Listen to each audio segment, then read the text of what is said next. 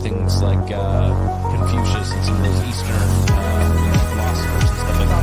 There's so much that has been passed down to and then so much of the history we have is because something fantastic enough that Hola. Here we are. Welcome to another episode of the Joe and Doug Show, and it is a crazy historic day. Yes.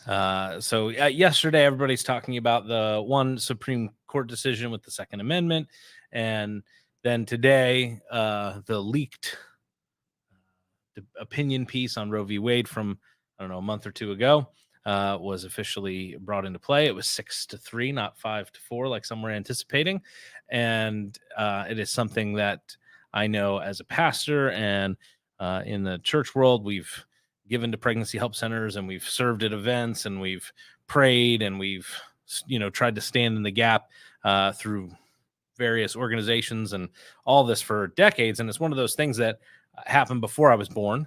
And I never thought that, like, in my lifetime, it was ever a possibility that it would even be overturned. It was almost one of those things that was just like, well, we just have to deal with it and we'll do the best to resource and do the things we can. And then here we are. And yeah, it's kind of wild. So how does Joe feel? Right in the middle of a radio broadcast where I had bullet points of things I wanted to talk about. 10 o'clock happens, then. And so that's what happened in the midst of our show today. So that's right, you were filling in. I was live on air when the news broke. Nice. And so the opinion, everything got super heavy. Like everybody from both sides really started getting kind of clamming up a little bit, and it was different. Did anybody say anything interesting that you were like, oh, I wasn't anticipating that? Or was it all pretty... No, they telegraphed this pretty well. Sure. So that what was going to be said already sort of started being said. Right. So this is just kind of like almost the grieving standpoint where we have to go through all of our phases to get everybody their stuff out. I just heard President Biden calling for peaceful whatever as the weekend goes on. So that's my one hope, is that we can keep our stuff together throughout the weekend so that we don't have a little injury to go along with it. Yeah, no, that's true. Well, it's one of those things, though. I know for you, and Deb, you guys are involved with a couple of different organizations that you really love and believe in that come alongside and help moms go through and make a different decision other than abortion. Right. And that's been really important to you guys. I know not only from a financial standpoint, but also from, just a care, prayer, serving standpoint. You love to be involved. Did you ever think this sort of space would come? And what does it mean now for the kind of overall pro-life movement? Because some states are just going to outright ban abortion. Right. And other states, you'll still be able to, up until the kids too, you can still, like some of them have crazy, just very open laws for people to be able to, kill a baby. And so I think in that regard, in the states where it's being outlawed and banned, great. But now the work begins, I think, even more so. Like, yeah, it's great that we have these pregnancy help centers and all that stuff. They need to be more resourced, and we need to come alongside the moms and the kids that are going to be born now, where before they would have been aborted. And you talk about 81 million since 1973. That's a staggering number. Right. But then you talk about the responsibility then from a pro-life position to say, all right, not only do we believe those babies should be born, but we need to resource the moms and the kids and make sure. Yeah, because there was a reason why that went down, regardless if it was legal or not. There was a need or a call or a desire or hopelessness or whatever. Yep. And so people of faith on that side of the deal have an obligation to swoop in there and do your thing. So what do you foresee? First of all, did you see this overturn coming? Did you think it was a possibility? Like, everybody talked about it when, the Supreme Court justices were being appointed, and everybody's like, it's not going to happen. It's not going to happen. Even some of the most pro-life commentators like Ben Shapiro, who is, as far right as you get on pro-life as possible. You were like, it's never going to happen. There'll be some sort of medium, variation that'll have to be okay. Never, predicted this. Did you see it coming? Did you think it might happen? Here. Yeah. I always think of what the catalyst was for right now and this decision. I always thought that there was going to be like an issue that bumps up against this, and that's what makes somebody make a decision. I thought it was too radioactive. There's too much downside for it. So I was thinking, like, why in the middle of everything that this was the time to be able to, pull that card? Because all of those justices are not going to be well liked, or they're, so it's a big deal to happen right now. The cynic part of me said that the leak happened as sort of a distraction, where you take something that would have taken the gaze of a bunch of people and did a different thing, but then the different thing becomes less radioactive because the big thing had all of your attention. So it was one of those two things. Interesting. Yeah, I honestly, I never saw a full repeal coming. Although I've heard legal experts discuss what a crappy piece of jurisprudence and Yes. just the legal side of the actual Roe v. Wade decision was just not great precedent, not great in any regard, just strictly from a legal standpoint. Forget the principles and the morality, just from the legal precedent. I've heard people talk about it being just, and I don't know, that's not my area of expertise, so I can't speak to that. I still don't know the why now, though. That's still kind of elusive. Like, Yeah. why did we pick this time frame to? I mean, I don't know, the providential person in me is kind of like, well, this case happened to come up at this time. It happened to be because they've had other cases come up, but the court wasn't in a spot where they were going to take a case, or they've had other cases that have come up and they've decided, we're just going to stick with the precedent that's there, and pushed it back down to the lower court. This Mississippi case that came up, put the court in a position to be able to A, take it, and then B, come to the decision that they came to. And 6-3 is a pretty, right. So it had to be pretty on board, pretty substantial. I mean, even they've had a couple of other decisions that people haven't liked that were 8-1 or 9-0. And it's like, listen, you may not like it, but they're not here to do what's popular. They're here to do what is constitutional. Right. And I have this charge against the court of being way too partisan in either direction, where it should be just whatever. So that now let's just say the court justices were cleaning up bad law that may have been, zealots were in there and they did something. Sure. So it's one of many that they were scraping through. That's what I'm saying. Like, this feels like it was, premeditated, as that they knew that they were going after that one, right off the get-go. So I think you might be right, but I still, it feels a little weird to me. Yeah. I mean, it certainly could be. I look at it and you think the political atmosphere right now and all of that stuff, everything is supercharged, everything's personal. Right. People are shouting on both sides of this. And, I love the position of the general superintendent of the Assemblies of God. He said, listen, yes, is this a win for pro-life? And we've been praying for this, and we've been giving and interceding, all the things that we know to do. Yes, but this isn't a time to gloat. This is a time for us to recalibrate and figure out, how are we going to resource? How are we going to help moms, kids, etc. I think that will be the big question. You're going to have a whole bunch of legislation that comes down stateside now, where they know, hey, we can do this, this, and this, and that'll become the law in that state. I'm a big fan of states' rights, across the board. Sure. I'm not crazy about gun laws in certain states versus other states, but realistically, those states have to figure some of those things out within the context of the Constitution, which was the Second Amendment case that we had on the other side. I've seen people conflating the two, saying in one, they gave, they took the rights away from the state to make their own gun laws how they wanted to do that. And now they're giving the states the right to decide how they want to do abortion.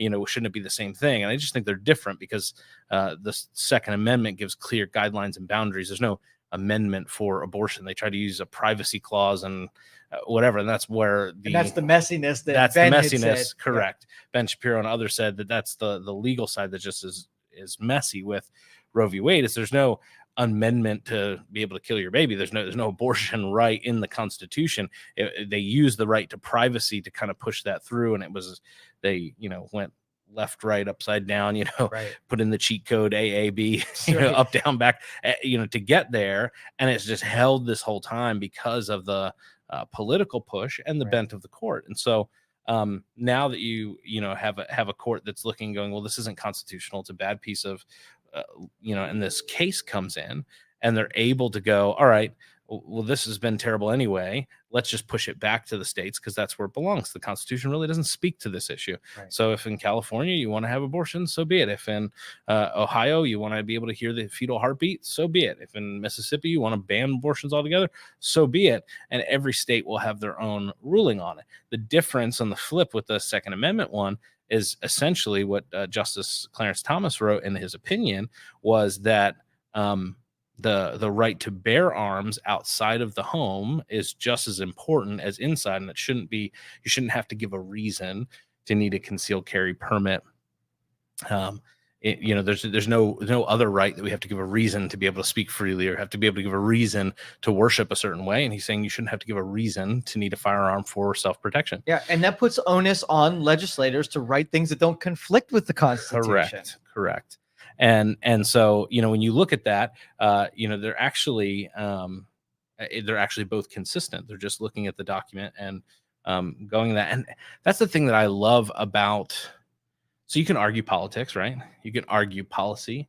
You can argue morality. You can argue theology. The Constitution gives you this beautiful document that the rules are there. Like, it's like when you play a game of Monopoly, like this is how you buy hotels and this is how you, like, it's spelled out. And yeah, you may argue over, well, is there a comma there or an and? Like, I get some of the discrepancies, but by and large, it is a very straightforward document. And so you have the rules, and when people play by the rules, you get the results that the rules should determine. And what everybody gets upset about is when they think the rules are wrong. Well, that's a whole different discussion than, you can disagree with their decision, but you're not, their decision is based on the document that they have. Okay, so now let's just say your side starts losing, and do you say, I want to change the rules so my side doesn't lose as often? Or are you a good loser and knowing you got to do a different thing rather than change? Like, if I lose a Monopoly, then I want to roll 3 times to your 1 and I'll win faster, right? But that's legitimately, that's the wrestle, right? So in politics right now, you have the culture counterculture, right? So for the longest time, you had the kind of white Anglo-Saxon Protestant run on the political spectrum, good, bad, or otherwise, and that was left and right politically. Just what it was. Yeah. And as parties have shifted and things have moved, that culture has come down, and you have to come to a space, at least for me anyway, as you look at the culture that's here politically, you had everybody agreed with the system. The system being the Constitution, the Bill of Rights, the Declaration of Independence, all of that. What we have currently is you have one party that says the Constitution, although may have its, and America may have its flaws, the Declaration of Independence, all that stuff, not saying it was perfect in history, not saying it's even a perfect document, but it is the rules that govern this country and has made this country what it is. You have one side saying that all of that needs to be thrown out, or at least the parts of it that we don't like, so that we can do this differently. And you have another side saying, look, I don't like some of the things that it says. I would like some of these things to be different, but how we get there is we vote on them. We have a constitutional convention. There's a way to change the document. If you don't like it, you don't just get to throw out the parts that you don't want. And I'll tell you, like, throughout history, it's never been perfect. There's never been perfect in implementation or wording or whatever. And that's why there's a part of the system that is a near perfect, or it also declares itself an imperfect document. Mm-hmm. Exactly. But I think it's the belief in the idea of what America could be, the belief in the idea of what America in the founders' hearts was, that is different depending on the political side of the aisle. Some people genuinely believe that America is evil and all go down the list and needs to be completely remade. And that is certainly a belief structure that they're entitled to. It's the freedom of speech. I don't like it, but in the same breath, I think it is their God-given right, not a right given to them by the Constitution or by me, because I say that they can feel that way. They can feel however they want. Right. But that, I think, is the more clarity you get on this, and the more conversations I have with people on either side, you have one set of people that says, our history, however flawed, and our documents, however imperfect, are the God-given documents that we have and the rules that we play by and have made us a great country, and we're going to work within those confines. And then you have people saying, well, all of that has given us this awful, evil system, and we want to remake it. And then there's even, I don't want to paint everybody that way. There's some on the other side that just want to remake the system because they think there's better things that we can do. All right. So let's say and I'll make a statement and then I'll ask your opinion on this. So let's just say I give you the scepter and you do have the chance to go into our founding documents and you have one chance, one swing to make a change. Right. Now, I would find myself not necessarily adding anything, but I would probably be a remover. I would use my swipe to take something out of there. What would you take? I'm not sure. I'd have to evaluate this. I have to think about it for a minute, but I can picture myself saying, okay, well, like I want less of government, not more. So my swing is going to be a carve out, not an addition. I would agree with that. I definitely think there could be a carve out for sure. I'd have to go back and look at it. I'm not a drinker, but not a huge fan of like prohibition in that sense. And they corrected it, but the reasons they established it and corrected it are just, there was no real need for those sort of things. So some of them I think are a little, administrative in that sense, but, in the vast majority, there's a way to do that though. There's a way to take the scepter out. Like you get 2/3 of the state on board, 3/4 of the there's a way to amend.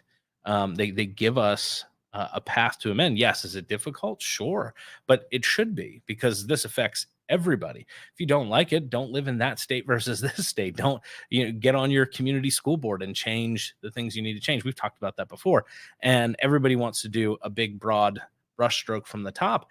I find myself more and more as a pastor, a community leader, I'm kind of like, listen, like as long as you leave my family alone and leave me alone, and I can get together with people in my community and we can disagree on stuff and have some conversations and come out the other side, like I'm cool with that. I'm with you, man. Like you want to marry who you want to marry, you want to live your life however you're gonna live your life. I'm not. Well, you're like me. You're more of a persuader than a tell people what to do kind of person. Laws make people do things. You want to explain to them, and you want to bring them over to your side through logic. I want to paint a picture of something more beautiful that they can't, they look at and go, man, I want that. That's the way to do it. And so, and left and right are both guilty of this. I mean, you look at the culture wars of the right in the 70s, 80s, and it led to my opinion, the modern progressive movement that didn't want to be told that they had to do this and couldn't do that and couldn't smoke this and couldn't go there. Like it led to a lot of this emergence of that. But it's interesting that the very tactics that they hated, that conservative, anti-drug, religious right kind of movement used on them, they're using the exact same tactics just on the secular humanist left. And now the cultural right and political right is going like, what are you doing? Right. Let me throw this at you. So this was brought up earlier today. We were talking before the whole thing the news broke out, that early on around the Civil War time, when they held elections, that the person who got the most votes was the president, and the second one. And then they found what would happen is when they had these cabinets that were having opposing views, there was a lot of assassination attempts and murder attempts, and there was a lot of bad stuff happened. Duels. And so they're like, hey, we got to protect the executive office by making it so that they don't have enemies staying in the same household. And so like at first I was like, oh, we should do more of that. And I'm like, oh, wait a minute. They were able to go back and see that there was a symptom they couldn't see when they wrote because in theory, that's a really good deal. Yeah. You create conflict, you create compromise in the executive office before it wields anything. That's why they have the filibuster. That's why they have those things. It's supposed to make people exactly angry. So really that's what it is. It's not necessarily getting it right, but having the ability to change often enough to make these small little calculated changes. And I get that there are things that the founding fathers couldn't foresee culturally or otherwise, but that's why we have the processes that we have. And they had the foresight enough to recognize, hey, we need some mechanisms to be able to shift things. And the different branches need to make each other upset. Like the legislative branch doesn't need to agree with the executive branch, and the judicial branch doesn't need to agree. Like they designed it that way. Yes. It was supposed to make each other mad, and was supposed to be an iron sharpens iron kind of deal. Well, I invented a time machine. And I have a service where I will go back in time and I will ask the founders and I will tell you the information, and nobody is buying my service for some reason. No, I mean, well, the thing is that time machine's called a library. Yes, I mean, that's the whole thing. It's called a library, and reading the original documents and getting into that space. And the Federalist Papers. You have no idea how I have much a copy you on can my get bookshelf. in the head of our founders when you read those documents, because it's no different than it is today. Yep. Well, and it's interesting because this is the same argument we have in the church, right? So the church, and when I say that word, I'm going to talk about the people that use the 66 traditional Orthodox books in the canon of Scripture. I understand there are others that add stuff and take stuff away, but the Protestant Bible, right? There's so many different Protestant denominations, but you pretty much have one or two major distinctions, and it all comes back to how do you read the document. And it's fascinating to me, and it's one of the reasons conservative evangelical Christians tend to fall on the conservative political side. It's not just because it checks all of their boxes. It's not because they like war. It's not like everybody wants to so simplify it. It's because from a time I was a kid, I was told that this document is the source, the Bible is the source for all life and everything else, and I need to understand what it meant in its original context so that I can understand what it needs to mean for me today. And from the time I could read it, that's the way my parents taught me to read it. That's the way I was taught to read it in Bible school and everything else. And so then when I approach the Constitution or another founding document or whatever, I read it the same way. What did Hamilton mean when he wrote this in Federalist Paper, whatever? What did Jefferson mean when he wrote this? What was his intention? Do you know who I blame for the original sin on this? And I was just a kid when it happened. But when somebody said it depends on what the definition of it is, right? Because it occurred to me, like, are there really people that don't know what we mean when we say is? Or I don't remember what the actual word was when Clinton said it, but sure. he's the first one that made you challenge a way of manipulating language to be able to get to something that was not in the original understanding of it. And think about even the terms we use today. Correct. That we've had that same bastardization to. Yep, exactly right. It's fascinating to watch because words matter. Yeah, and words across the board have impact, and they can. You think about it. I'm going to go theological here, but I'll bring it back in. The creation of the world, the biblical account of creation, happens when God speaks. His words create physical things, right? And we're created in the image of God. So our words have the power to create. You and I talk about this with the law of attraction, all that sort of stuff. And you watch that, and the Bible talks about the enemy or the adversary or the devil. Some people will use that term. And he is the father of lies. And the Bible actually says when he speaks his native tongue, all he can do is lie. And he manipulates language to get what he wants. And it's so fascinating to watch these things play out in one end, and they both, in that sense, words have that power to go out from somebody and create, whether you believe you can or you can't, you're right. Like those words have, power in that sense. And so when we get into this space and we can't define words, it stops the creative mechanism. It bottles it up. Ooh, and that's a good angle. That's the frustration that I think a lot of people are feeling is we can't even create anything together because we don't agree on the terms. And when you don't have the words to put towards it, or you're not believing the same thing about the words, you can't get any legislation done. You can't get anything accomplished. And so I personally think if the enemy, so to speak, can't get his way, he would rather stifle the creative process than allow anything to move forward. And that's what we're missing right now. We don't have a common language. We're all speaking English, but very different versions. And if God had a co-creator that was going to say, well, what do you mean by the heavens? Like, the heavens to me or the heavens to you? It would have crushed that creation power. But think about it. So in that Genesis account, God creates everything. He puts Adam and Eve in the garden, and then the serpent shows up. And what's the first thing the serpent does? Did God really say? It's the first thing he did. He attacked his words because he knew, hey, if I can just get them to question it, if I can just get them to redefine it, then they can't move forward in anything he's asked them to do. And so in that sense, their disobedience, while it was taking a piece of fruit, was the end action. It actually started with the questioning of language. Yeah, and you know what? Honestly, the most authoritative rule sets are the most simple that don't need over explanation. 100%. So when people go into a paragraph to explain something, it's usually some kind of marketing language Yeah. or trying to sell you on something. Yeah. If they're like, "Don't kill," right, and they walk away, right, you can figure the rest out yourself, right? Well, does that mean with a rock or with right? Can we have subclause section 8? Exactly. Well, and that's why one of the things during the 2016, well, it's 2015 Republican primary, I loved 2 of Ted Cruz's proposals, and I wish they would be adopted in Congress, regardless of what you think of Ted Cruz. I think to have bills only be allowed to be on one piece of paper, that would solve a whole lot of issues. Yeah, right. You don't need subclause section 8, like, we're going to fix the roads. Here's where the money's going to do this, this, and this. Done. And the same way, he talked about, with taxes, being able to fill out your taxes on a 3x5 card. Right. Our tax system is so bloated and so dumb.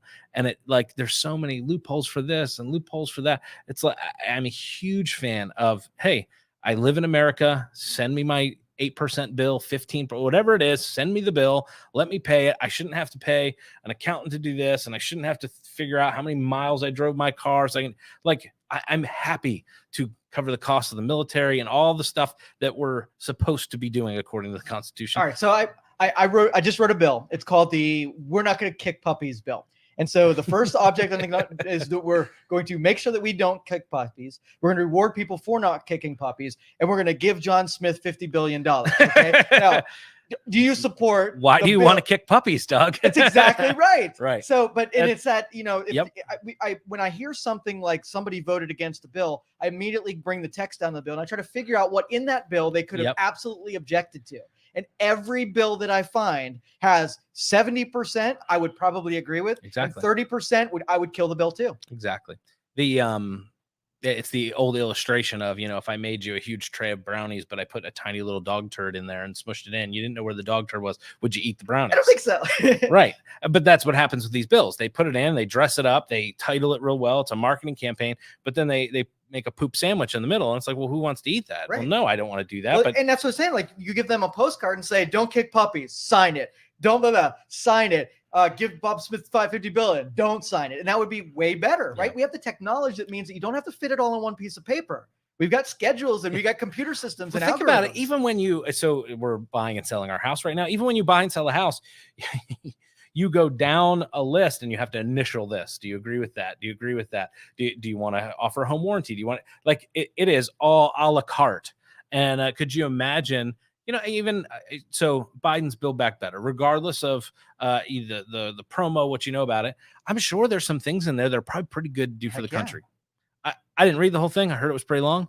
But I'm also sure that there's some garbage in there. Right. And to allow, what if they allowed, politicians to go down and go, you know what? Yeah, we need to take care of this part of the infrastructure. Don't need to do that. Don't need to do that. And they were able to pick a la carte from a menu like that. And then you take the things that get, oh, wow, 100% of people want to fix these 12 bridges. So I guess we should fix them. Right. And then, oh, you know what? Only 20% of the people want to do this. I guess we don't need to do that. Well, here's what would happen. The people that disagree with that would say, well, then nothing would get done. And the founding fathers would be like, yeah, because it's going to force you to, next time you come to the table, bring a better game. Right. This is the lazy game we're playing where we stuff a bunch of pork in there so that people will vote for shit that they would never vote if it were on its own. Yeah, absolutely. And it's sad because there's so much that the American people need and deserve. And the founding fathers did a great job laying that out in the Constitution. And if we did the things that we were called to do and told to do, I believe we'd be a lot better off. And if we left the things alone to the free market and to other things that we keep touching and messing up, I think we'd be a lot better off. So I have two discussions within this one. The macro, where the founding document does protections that sort of are above all this other stuff. Right. And the micro, when you've come across hurting people, you're there for them, Absolutely. Regardless of what your politics are on the grander scheme. Well, and if you look at the statistics across the board, those folks who believe in the founding documents are far more generous than those who don't. I mean, that's just a fact across the board. You can Google that. Those who tend to be right-wing evangelical conservatives give more in charity, give more across the board. And so, in that sense, are there in these regards. So yeah, all right, yeah, I'm totally pro-life. I love the fact that Roe v. Wade was overturned, and I'm not just like, okay, that's done.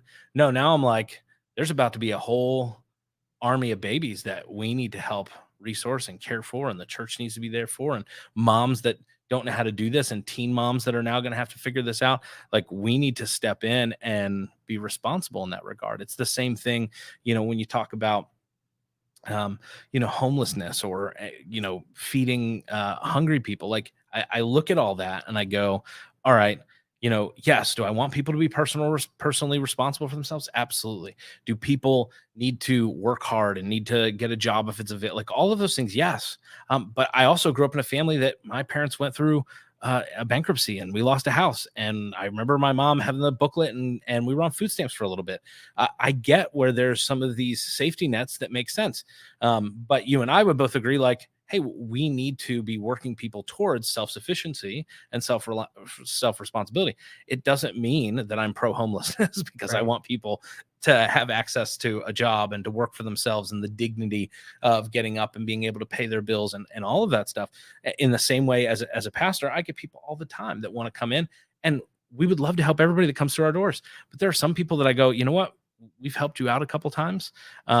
If we're going to continue to help out in any way, we want to give you the tools, because we're not a bank in this way. The people don't give money to the church just so that we can underwrite your electric bill. like we'll help you out a month. Let's see what's going on there. Exactly. But you're going to have to come in, because there's got to be some sort of responsibility, or I'll pay for you for the rest of your life. So you nailed it with the sort of like what the states can do from this point. Either these states position themselves where they keep this in the political realm and it goes nowhere, or the states can say, all right, now that we have a chance, we can get sort of federal underwriting to support the people that live here in my state. Yep. And if there's a problem with incest, or there's a problem with rape, right, that is the underlying problem, and the states can solve their problems using that support. So I'd much rather have a federal federal budget that supports states for supporting babies and single mothers and all of those situations, so that we make those better the right way. Yeah. And that's the whole thing, is like, everybody, to every position, there's a demonization. Why don't you want to not kick puppies? Right. Well, no, I actually didn't want to give him $50 billion. No. You actually, and that media apparatus, the social media, all that stuff just, beats people over the head. Somebody who I find fascinating, I don't agree with her on everything, but I've been following her on social media since the previous election, is Tulsi Gabbard. I don't know if you've followed. Tulsi's awesome. So a maverick in the sense that she's probably more of a middle of the road Democrat, and just fascinating. Like, she came out and had this wonderfully articulate personal thought on the Second Amendment vote that the Supreme Court took. And I sat there and thought to myself, it's logical. It makes sense. I agree with most of what she said. She seems reasonable. Like, in that sense, I'm like, that's somebody I feel like I could totally vote for, talk with, and engage in conversation. Yes. And I think she's strategically positioning herself that way. She's not stupid. She's a bright woman, bright politician. But in that regard, like, she's come out with other stuff that I'm like, you know what? I could have a conversation about it. I don't agree with anything she just said, but she's approaching it, and she's not making enemies. She's not here saying, well, if you believe this, you're wrong. You believe that, you're wrong. But it's just very fascinating to watch somebody like that. And I'm like, man, we need more of that in political office, regardless of whether it's slightly to the left or slightly to the right. And I think every era has one of those. The Joe Liebermans, they're something that articulate, and they're not just having a ego fight or anything like that, and are willing to listen. But we usually wash those people out. We're not real kind to those middle people, because we want our tribe, we want you to be all in, and we need your vote. Yeah, and she got torched in the primary because 100%. of that. But I think it's fascinating, and she's going, I think, a little bit of a different route. I'll be interested to see it, what that looks like for her, and in the future. I'd be very interested to see that, because she thinks. Yes, she does. And that's the part that's exciting. Like, even people on the right that, if they think and are willing to engage, like, for me, that's so attractive. Like, I'd rather have the questions and us walk away from the table being like, well, you're like way off on that reservation. and you know what, you might think I'm way off on that, but we're still friends. Yeah. But I think stuff like this, we do have tons of opportunity in coming to that central place where we can get along and talk a common language, unless the media apparatus and the political parties splinter us back out the other direction. They don't want us to have a common language. Right. That's the whole thing. The media, the political apparatus, all of that, the machinery there wants us polarized. They want Coke and Pepsi. Yep. And I think the American people have to shrug some of this off, and there has to be a common sense. You and I've talked about this so much. There's got to be a common sense middle somewhere for people to say, you know what, socially, here's where I'm at on issues, but you know what, we do need to take care of this and this, and I'm okay with electric cars and or whatever, right. Like, you know, and figuring out, all right, how do we do this? Let's have some common sense. And that's what attracts me. I don't agree with Bill Maher on hardly any of his political stances, but you and I've talked about this, him, Joe Rogan, some of those guys are to the left of where I am on a number of things. I mean, heck, Joe Rogan and Bill Maher were high through half their interview. Right. It's not something I would personally sanction, but they're allowing people to come to the table and debate and bring opinions that are different than theirs. And I just find that refreshing. And that's one of the reasons I like Ben Shapiro. Yes, he's very conservative and I tend to agree with him on a lot of stuff, but he'll bring people on that are totally opposite. Him and Bill Maher had a beautiful discussion on the Sunday special. And so we need more of that. We need more tables, where people can sit around and have conversations and disagree and not hate each other. Yeah, and change your freaking mind. Like being so entrenched with trying to be right, even in spite. Like after everybody's given up, your tribe says that you're still right, and you won't ever come off of that. Well, Bill Maher goes into that negative light because he stayed the same. Yeah. Right. And the world changed around him and he just kept saying the same thing. So it's one of those things where people get really defensive about being made to feel stupid and being wrong. And if we're going to change that culture, those are the two things that we start with, where we, when you're a Tulsi, and as long as you're not doing it for the shock experience, you're not doing it for that effect. If you're really just not afraid to say, well, this is what I believe in, I'm going to be pretty alone here and, be here for me. Like I'd totally go to Tulsi's rescue more than I would a partisan. Yeah, 100%. And I think on a day like this, where you have what the media and political apparatus would like to be something that divides us, I realistically think that the country has the ability to push past all the garbage and come together to take care of moms and babies. And like, we should be able to push through this and go, all right, you can't change it. It is what it is. By all means, go ahead and try and pass the laws that you need to pass in your state and push for what you believe in. But in the meantime, let's take care of all the moms and babies. Like, we should be able to come together on that. Amen to that. So I hope that there is more coming together in our future and less driving apart. Thank you for listening to this show on Youngstown Studio. If you like our programming, we invite you to subscribe to our YouTube channel, follow our Facebook page, or subscribe to your favorite podcast platform like iTunes or Spotify.